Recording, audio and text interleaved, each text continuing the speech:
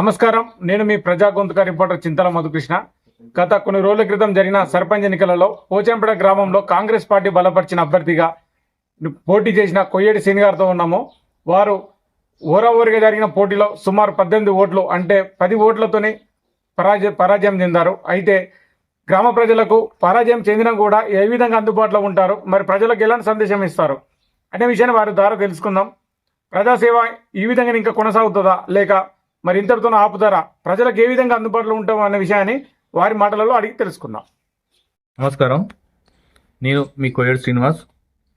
నా పోచనపేట గ్రామ అమ్మలకు, అక్కలకు, చెల్లెలకు, అన్నలకు, తమ్ములకు, నా ప్రియమైన గ్రామ ప్రజలందరికీ నా హృదయపూర్వక నమస్కారములు.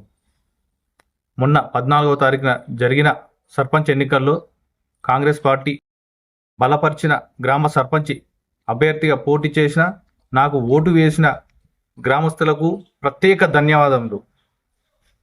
ముఖ్యంగా జనగామ, హైదరాబాద్ వివిధ ప్రాంతాల నుండి నాకు ఓటు వేయడానికి విచ్చేసిన ఓటర్ మహాశయులకు ధన్యవాదాలు. నన్ను గెలుపు వరకు తీసుకెళ్లిన ప్రజానీకానికి పాదాభివందనాలు. స్వల్ప ఓట్లతో ఓటమి చెందిన ఏమాత్రం కుంగిపోకుండా, భయపడకుండా, ధైర్యంగా ఎల్లవేళలా ప్రజలకు అందుబాటులో, ప్రజల మధ్య, ప్రజల కొరకు మీ వెంటనే ఉంటానని, మీ సేవకై సిద్ధంగా ఉంటానని మిమ్మల్ని కోరుకుంటున్నా.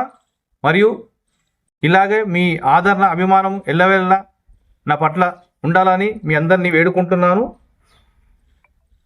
ముఖ్యంగా మన కాంగ్రెస్ ప్రభుత్వం చేపట్టిన సంక్షేమ పథకాలను అర్హులు అయిన అందరికీ అందే విధంగా ముందుండి కృషి చేస్తానని మీ అందరికీ హామీ ఇస్తున్నా.